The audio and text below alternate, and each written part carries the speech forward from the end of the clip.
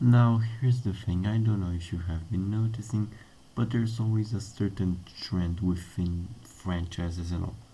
Usually, you have a first good movie, then all that follows is either pretty good or it just slowly goes downhill. But it seems like the downfall of serialized stuff is inevitable. I mean, if you start great, it just inevitably means you have to live up to those expectations. People will always compare you to the greatest hit of that specific franchise or the specific genre. But I feel like the biggest amount of pressure is when you are tasked with fixing the past. Like you want or slash need to make something that was bad become great for it to work. And that's exactly the kind of pressure that a lot of the future stories in this very specific sort of saga that I review regularly will have.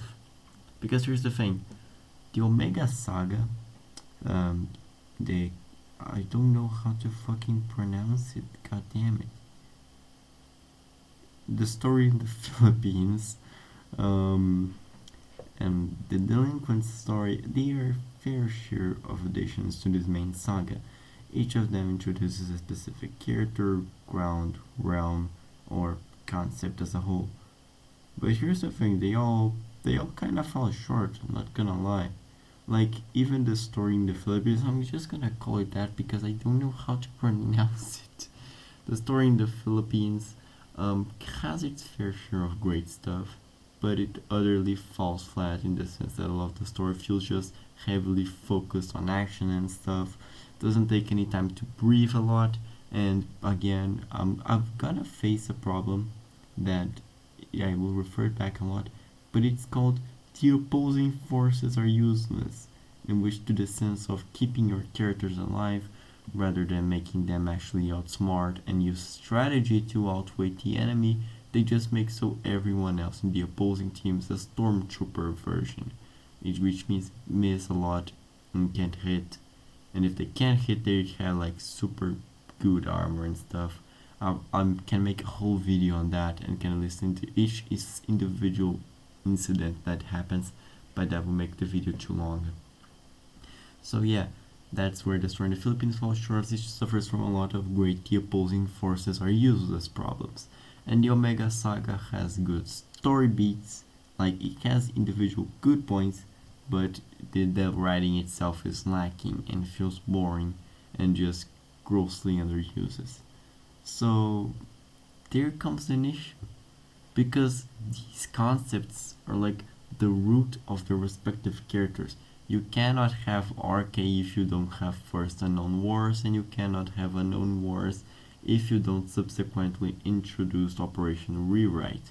And Operation Rewrite ties back to Delinquents later on because of Max, and Max eventually will tie into the main saga. And then you have to ask yourself, how do you do this? How do you get mediocre? Again, in the good sense, I'm not saying they're mediocre to the bad side. I think most of them are mediocre to the good side, like a solid 6 out of 10 or something, 7 out of 10 in some cases.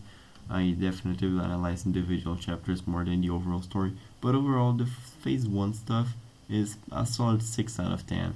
Mediocre, but not overall terrible.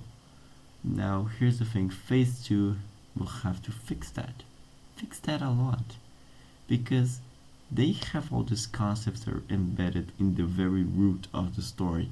You cannot have Sturgeon's Will if you don't have the story in the Philippines, and so on. I already explained it. Basically, you can't have phase 2 without phase 1. You cannot just cut them out and write them later. You have to do them in the specific order. And Sturgeon's Will specifically, and now the alpha stuff, which is coming. I'm not gonna give any spoilers, but it's coming, and oh boy, I hope it's great. Please, for the love of God, keep Parallax in. I know it's tempting to write her out because she's borderline one of the weakest members, I'd say that, but please keep her in. I love her so much. Regardless, he has to fix that a lot because Arcade was introduced with a rough landing, same as Parallax. Unfortunately, she was introduced with a rough landing. same as RK, and Max has kind of a shaky start because her story seems to be tossed to the side and forgotten about to rot. The story in the Philippines seems to kind of show signs of this early cripples that's called great the opposing forces are used, as I already mentioned, and B of the same issues with the story beats being rushed and you have to just fill in a constant amount of time and space with constant action and stuff. Because here's the thing, for as much as it damages the overall integrity, I think the story in the Philippines is guided by the main conflict and stuff. So I think the author, feels this obligation of constantly keeping stuff action based or keeping everyone focused towards the goal, which works. But it's like that thing you don't want to just read them do the same missions and stuff over and over again, because the story never takes time to breathe. Like, I genuinely didn't find a single time where, aside from minor prologues and flashbacks, it wasn't directly tied. And here's the thing, it can be good. It can be good to keep your story directly focused on the main plot. Like, the objective is the end goal always. But when you tunnel vision too hard, it starts to damage, because here's the thing, while the respective characters have their respective depths and stuff, I don't like them specifically because they don't interact as casually as I'd like them to. They don't have any moments where they're not on duty, and even the villains, which you'd expect mostly on this kind of story, the villains have their most action stuff. They're just chilling on their base, doing their evil schemes. They gotta practice their evil laugh. They gotta do the Palpatine makeup to look scary when the hero finally shows up. You know the drill. But even so, they don't get that often. It's either really short or it's just the mission, and that kind of hurts phase one of the main story. Because here's the thing, the story in the Philippines is supposed to be like the anchor that strives phase one to, like, everything starts to converge. It's like the lens. I'm gonna be a physics nerd here, but the story in the Philippines is like a converging lens, which all the parallel rays start to curve and they eventually converge. But I feel like the story in the Philippines is the point of convergence. Like, it's when it starts. It's the pinpoint where everything starts to align. You gotta see the crossover shit. I bet there's gotta be that. You start to see the crossover shit. You start to see the cameos and stuff. Oh my god, it has that signal, that early signal.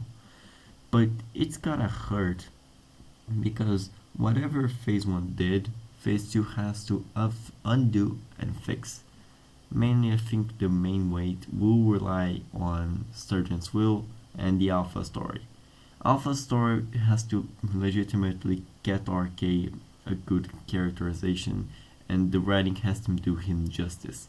You cannot just fuck up him twice. I'm sorry if you do. That's on you, man. But yeah, I feel like it's hard to fuck up RK twice. So I feel like the Alphas have the biggest weight because they have to fix something that was introduced poorly. Whereas for Sturgis Will, the other phase 2 story that I'm gonna consider, kinda of only has to, deal with the little dirt that was left on the Capitanium. And you just have to patch that shit up. Like, just stick a band-aid over the wound and walk it off.